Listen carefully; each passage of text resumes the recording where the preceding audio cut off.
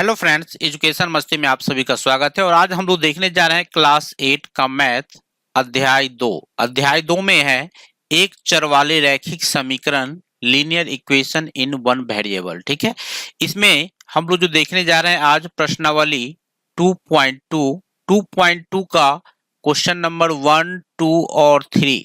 इस क्वेश्चंस का मैं वीडियो पहले बना चुका हूं, प्रॉब्लम हो तो आप देख लीजिएगा, जिसका लिंक मैं आई बटन और डिस्क्रिप्शन दोनों में दे दूंगा, वहां से आप देख लीजिएगा। चलिए आज के लिए जो हम लोग देखने जा रहे हैं क्वेश्चन नंबर 4 पहले हम लोग देख रहे हैं। क्वेश्चन नंबर 4 में क्या है ये थोड़ा सा हम लोग देखते हैं, बहुत ही बेहतरीन क्वेश्चन है।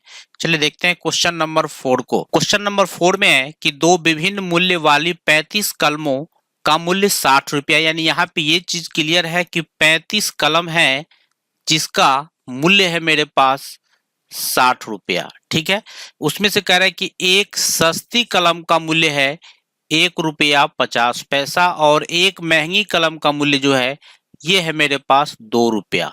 ठीक है, तो कह रहा है कितनी महंगी कलमें खरीदी गई, यानी सस्ती कलमों की संख्या और महंगी कलमों की संख्या ये हमको निकालना है। कलम का संख्या हमको चाहिए, लेकिन हमको यहाँ पे एक ही चीज मांगा जा रहा है, सिर्फ महंगी कलमें की संख्या हमको निकालना है। तो हम लोग यहाँ पे मान लेते हैं कि माना कि सस्ती कलमों की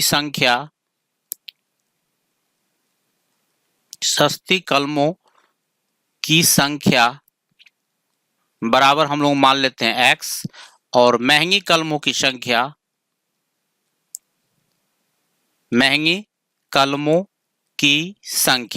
अब देखिए यहाँ पे टोटल कलम मेरे पास यहाँ पर है कितना, टोटल कलम मेरे पास यहाँ पे है 35। यहाँ पे क्लियर है, टोटल कलम मेरे पास कितना है 35। उसमें से यहाँ पर हमने एक चीज को क्लियर किया, क्या चीज, कि सस्ती कलम मेरे पास कितना है x, तो महंगी कलम कितना हो जाएगा 35 माइनस x। यहाँ पर हम इस चीज को लिख लेते हैं, ये हो गया मेरा 35 माइनस x हो गया। अब यहाँ पे देखिए हम लोग, अब थोड़ा सा ध्यान से देखिए, एक सस्ती कलम का दाम जो है ये 1.5 रुपया है, 1 रुपया 50 पैसा है। तो मेरे पास टोटल सस्ती कलम का मूल्य कितना हो जाएगा, तो यहाँ पे हम लोग लिख सकते हैं, इसीलिए प्रश्न से अब देखिए यहाँ पे एक सस्ती कलम का दाम है 1 रुपया 50 पैसा। ठीक है, और सस्ती कलम है कितना मेरे पास x है, तो हम लोग इसको x से मल्टीप्लाई कर देते हैं, तो इंटू x यानी 1.5x हो गया।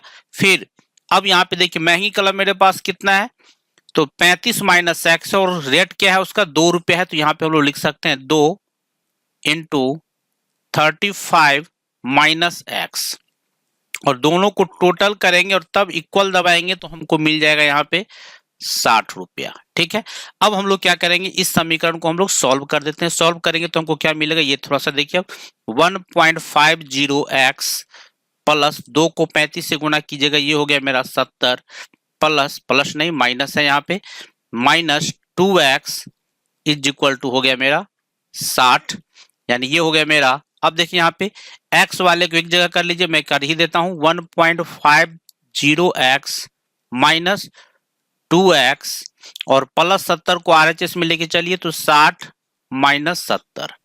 ठीक है, यहाँ पे हो गया मेरा माइनस 0.5x। कैसे घटेगा ये थोड़ा सा देखिए, यहाँ पे आपको घटाना है 2.00 लिख लीजिएगा और 1.50 लिखिएगा, और तब इसको आप घटाइएगा तो आपको ये चीज मिल जाएगा। ठीक है, ये घटाओ में बहुत सारे लोग ऐसा गलती कर देते हैं, इस चीज को आपको ध्यान रखना है। ठीक है, चलिए देखते हैं हम लोग फिर इसके आगे। यहाँ पर हो गया मेरा इक्वल में -10, यहाँ हो गया माइनस से माइनस दोनों का कैंसिल करते हैं, ये हो गया मेरा x इज इक्वल टू 10/0.5, ये दशमलव हटाएंगे तो यहाँ पे आ गया 10। यहाँ पे देखिए कैंसिल करेंगे तो 5 से 5 दूना 10, मेरे पास क्या बच गया, यहाँ पर मेरे पास बच गया, इसीलिए x इज इक्वल टू हमको मिल गया कितना 20।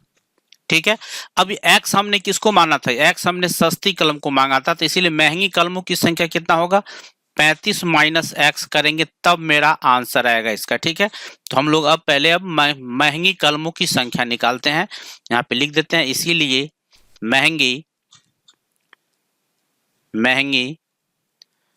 कलमों की संख्या, महंगी कलमों